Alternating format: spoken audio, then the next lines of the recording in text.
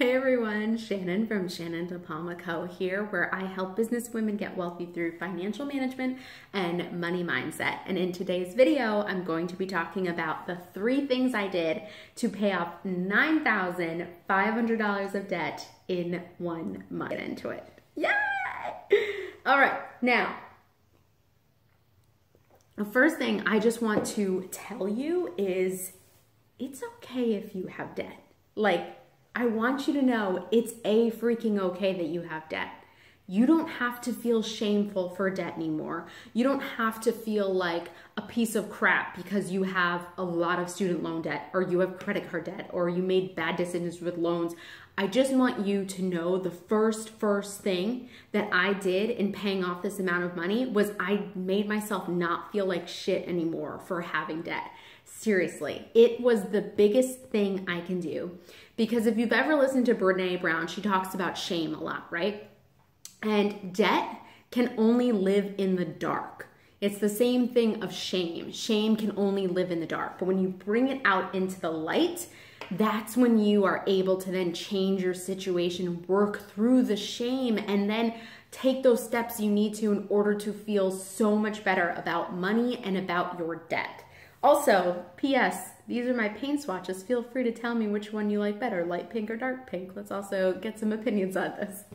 All right, so anyways, back to that. I felt so much shame around how much debt I had, and I felt like an idiot. I felt like I screwed up. I felt like I made all these wrong decisions. Now that debt, that $9,500 that I had of debt, was from business investments that I made that really did pay off, because I'll tell you why. How I was able to make $14,596 in 1 month was because of those business investments I had made. And maybe your debt is around college. Maybe you had to put textbooks on a credit card, or you had to take out a whole bunch of student loans. Or maybe your debt is around starting a business, or maybe your debt was around doing something that you thought would take you further. And I just want you to know that a lot of these decisions we're making are from a place of we see ourselves going higher and going better. So I got into debt because I saw myself going further. I had to kind of like slingshot a little bit in order to get to this place now. But when I had that debt and I had it on a credit card, I felt so overwhelmed and so shitty about it that it just put me in this perpetual cycle of shame and debt and shame and debt and shame and debt over and over again. So I let go of all of the shame that I had around debt. I said, all right, cool, I have debt. I made decisions that got me into debt. That was the past. Here I am now. I better make some decisions that will get me to a better financial future, that will get me out of debt. But I'm not gonna sit here and beat myself up about it anymore, because I've done that for long enough and it's not getting me out of debt, okay? Biggest thing you can do here, just release any shame or crappy feelings you have around debt, because they're not going to help you pay off debt. Bring it out into the light. Get comfortable with that amount of debt that you have. Know that number inside and out.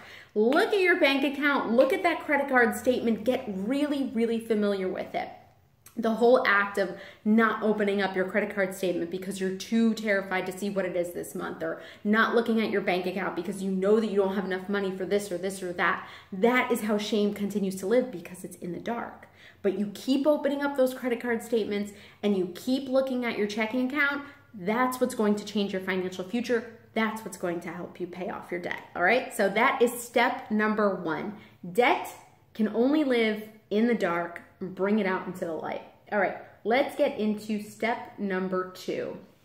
Step number 2 is probably going to be the most boring part of this whole video. Step number 2 is when you are gonna wanna just phase out and start looking at Instagram on your phone, and when you're gonna wanna just look at another YouTube video, and you're not gonna wanna listen to this. I already know you don't wanna listen to this, because I didn't wanna listen to this.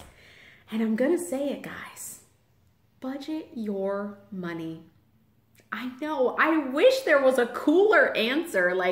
I wish this whole money thing was way sexier and way more fun. But honestly, budgeting my money is what helped me pay off. If you want to pay off debt, budget your money.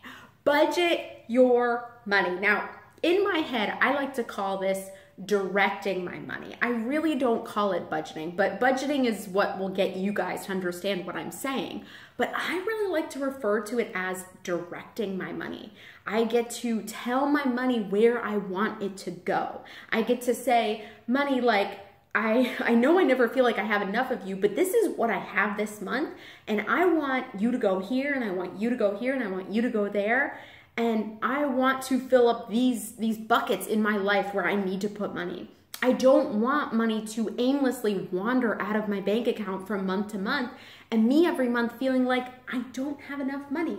Because the truth is, if you can't manage $1,000, then you can't manage $10,000. And that is the brutal, brutal truth. But it's so true. But honestly, listen. There's a software that I've used that has completely changed my life. It is called You Need a Budget. I'll leave my affiliate link down below, but it has completely changed my life. It was the thing that helped me to see, oh my God, now that I had this big influx of money to come in, I know where to put it because I was budgeting my money before the big influx of money comes in, because I already know what everyone's saying. Oh, I'll budget my money when I make more money. I'll budget my money when I make consistent money. I'll budget my money when blah, blah, blah happens, right? And that thing never, ever happens. If I wasn't budgeting my money when that $14,596 came into my bank account, I probably would have blew that shit somewhere. Like, I probably would have blew it on a bag, or who knows what I would have done with it. Maybe I would have just carelessly blown it over the course of a couple months or something. But real talk, it probably would have disappeared out of my bank account with me not even knowing where it went. And I would have said again, oh my God, I can't believe I'm still in debt even though I made a whole bunch of money. Or I can't believe I'm still in debt even though I worked so hard for my money, right? So budget your freaking money. Money and numbers can be so exciting and so empowering and so rewarding. And I know if any of you have ever felt like in financial situations or financial decisions, like you don't feel the most comfortable. I just want you to know that, like, it's okay if you don't feel comfortable now, but like you deserve to feel comfortable around numbers. You deserve to feel empowered around decisions you're making around money. You deserve to like start doing those things that will get you to a better place because you are comfortable with numbers and you're comfortable with money. And money can seem intimidating, like financial terms and all this other stuff, they can seem so intimidating sometimes, but really like money and numbers are like, they're so simple. They're not complicated. There's no fancy things you ever have to do. Like numbers are it. Like that's it. They don't have any emotional attachment to them. It's just, these are the numbers and that's it, right? And I want you to know that like, it's okay if you don't feel comfortable with them yet, but get comfortable with it. It's honestly very simple and very easy to do. Okay, moving on. The biggest step, the step you have been waiting for, why everyone has come to this video probably, is to see how the F did this girl make enough money to pay off a $9,500 she had on her credit card. Now again, like I said, I got into debt because of my business. So I had $9,500 on my credit card because of business investments that I had made in my business. And I didn't feel good about carrying that debt around forever. So what happened was, in step number 3, I decided I have this debt. I have personal expenses. I have business expenses. And I want to pay taxes. And, well, not really, but I have other things to pay for, right? Like there's lots more things. I want to invest more. I want to pay people. I want to grow my business. And what I'm going to need to do is step number 3, create more income. Now, this is for anybody. So whether you own a business or you don't, it doesn't matter, okay? There's been several situations in my life where I have needed money and I had to become creative and resourceful in finding ways to create that money, okay? And so for me, what happened was I looked at this credit card debt. I looked at, my business expenses every month. I looked at my personal expenses because I was budgeting my money. I knew exactly how much money I needed every single month. And I said, well, what can I do in order to create, bigger chunks of money in my business that will sustain me, sustain my business, make profit, actually like cut myself a paycheck, right? Like things like that. And I looked at my business model and said, I need to create more money in this business model. The business model I had at the time really wasn't working. So I took all of my skills that I had, and the best thing that I had was I know how to sell high-end packages. My first business was a wedding flower business that I built and sold within 2 years. By the second year of that business, I was selling $10,000 plus packages. On average, they were averaging anywhere from $3,000 to $6,000. So I knew how to sell high-end packages. And I decided, you know, that's something that I can really teach others, but it's also a skill that I've mastered. I know business. I've built and sold a business already before my 30th birthday. I really understand business. I gathered up all my skills, put it into a package, and I put a $10,000 price tag on it. I knew that what I had, because I had already sold a business for a good chunk of money, I already knew that my skills, my expertise, they were worth that much. But it wasn't like I wasn't freaking out at selling a $10,000 package. I was freaking out. I still questioned every time I was selling it, am I worthy of this? Can I really sell this? Like, do I really have enough good business skills? I don't know, you know, but I looked at other women who were selling it and they had less business experience than me. So I was like, you know what? I'm freaking worth it. And like, if you want to sell $10,000 packages, you're freaking worth it. Okay. So I gathered up all my skills, put it into a $10,000 package. I sold 3 within 1 month. I ended up selling 3 of them. So a breakdown of my income, I think I'm gonna put it somewhere here, just basically like put another thing in here, showing you exactly where that money came from. And so I had one client that paid in full in the $10,000 package. I had 2 other clients that went on payment plans, and then I had some other payments come in, but I'll put a breakdown of what my income was like here. So I ended up selling 3 of those $10,000 packages. But again, if you don't have a business, there's several other ways for you to do this. If you do have a business and you're like, I want to learn how Shannon sold 3 of those in 1 month, I have a course down below called Undercharging to Unstoppable, which will give you everything step by step that you need to learn and do, and how you can sell $10,000 packages just through Facebook and Instagram. Feel free to grab it down below. That's not your style, there's 2 other freebies down below that will teach you how to market to $10,000 clients, and another one that will show you how to create a financial blueprint so you can have $10,000 months. So coming back to, if you're listening and you don't have a business and you're not interested in selling $10,000 packages, there are several ways for you to be able to create more income. But trust me, when you look and when you keep reading more stories about people who've paid off debt and paid off debt, you will find these things always keep reoccurring. Budget your money and make more money. That's pretty much it. So there's tons of other things you can do. You can ask for a raise. You can start an Etsy business. You can start a coaching business. You can start a freelancing business. You can create a passive income that you'll make money from over and over again, like a book or a course. You can sell things, sell shit around your house. You probably have lots of stuff in your house that you can sell. And I've done this before too when I was in debt. And I also, when I was, what other time was I? I needed to buy a car. That was the one thing I wanted to share with you guys. I needed to buy a car when I was 19. And I had no other way to do it but to get another job. I was like working at Rite Aid at the time, and Rite Aid wasn't paying me enough money, but it was close enough to my house that I could walk. So I needed a second job, but I didn't have a car, so I didn't know how I was gonna get a second job.